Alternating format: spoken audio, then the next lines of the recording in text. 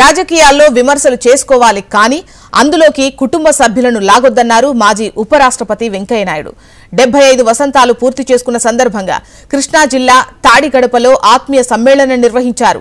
మొదటిసారి పోటీ చేసిన సమయంలో ఒక్క రూపాయి కూడా ఖర్చు పెట్టలేదని, తనకే ప్రజలు ఎదురు డబ్బులిచ్చారన్నారు వెంకయ్య. విలువలు, సంప్రదాయం, సిద్ధాంతాలను ప్రతి రాజకీయ నాయకుడు నేర్చుకోవాలన్నారు. విద్యా విధానంలో మార్పులు తీసుకురావాలన్నారు. ప్రభుత్వం నుంచి కానీ రాజకీయ నాయకుల దగ్గర నుంచి కానీ రూపాయి ఆశించకుండా తన మిత్రుల సహకారంతో స్వర్ణ భారత్ ట్రస్ట్ నడుస్తోందన్నారు వెంకయ్యనాయుడు.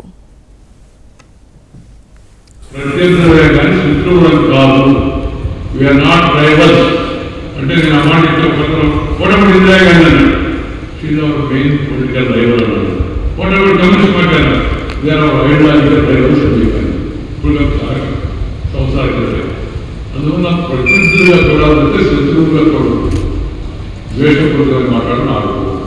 సరే, ఇక బూతులు మాట్లాడలేదు. బూతుల గురించి మన ఆ మధ్య నేను మాట్లాడుతుంటే ఒక సోదరిమణి శ్రీపం పంపించింది. సార్, మీరు బూతులు తక్కువ అంటున్నారు, చాలా మంది బూతులు మాట్లాడుతున్నారు, ఏం చేయాలి? ఏమన్నా మీ చేతిలో అంటున్నాను నేను. వాడు ఆమె మా చేతిలో ఏముంది సార్, మేమే చేయగలం.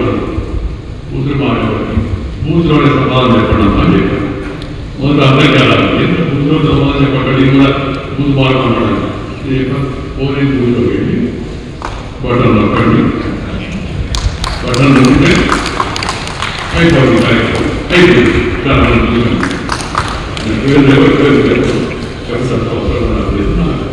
రాజకీయాల్లో నిలుపుతుంది. అందుకని మనం ప్రజాస్వామ్యంలో శక్తివంతమైంది ఆయుధం ఓటు.